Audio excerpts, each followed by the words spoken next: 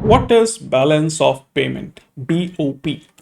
Which sectors are most affected due to this in India? देखिए, balance of payment यानी कि BOP एक country का इंटरनेशनल अकाउंटिंग स्टेटमेंट होता है जिसमें रिकॉर्ड होता है कि इंडिया ने दुनिया से कितना पैसा कमाया, पूरी वर्ल्ड से, अदर इकोनॉमी से, और कितना खर्च किया अक्रॉस ऑल ग्लोबल ट्रांजैक्शंस। तो बीओपी दो मेजर पार्ट्स में मेजरली डिवाइडेड होता है।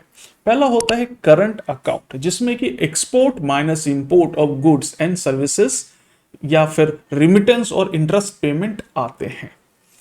दूसरा होता है कैपिटल अकाउंट, जिसमें कि एफडीआई, एफआईआई, लोन और फॉरेन रिजर्व्स की मूवमेंट होती है। अब अगर इंपोर्ट ज्यादा है और एक्सपोर्ट कम है तो करंट अकाउंट डेफिसिट होगा, और उससे जो बीओपी है उसमें प्रेशर आना लाजमी है।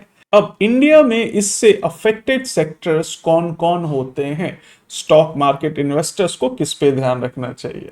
देखिए, oil and gold import companies, क्योंकि क्रूड ऑयल और गोल्ड मेजर इंपोर्ट होता है, इनका प्राइस बढ़ने से डेफिसिट, करंट अकाउंट डेफिसिट और करेंसी प्रेशर दोनों बढ़ता है। एक्सपोर्ट बेस्ड इंडस्ट्रीज जैसे कि textile, IT, pharma, BOP surplus या रूपी परफॉर्मेंस से उनकी ग्लोबल कॉम्पिटिटिवनेस को अफेक्ट करती है।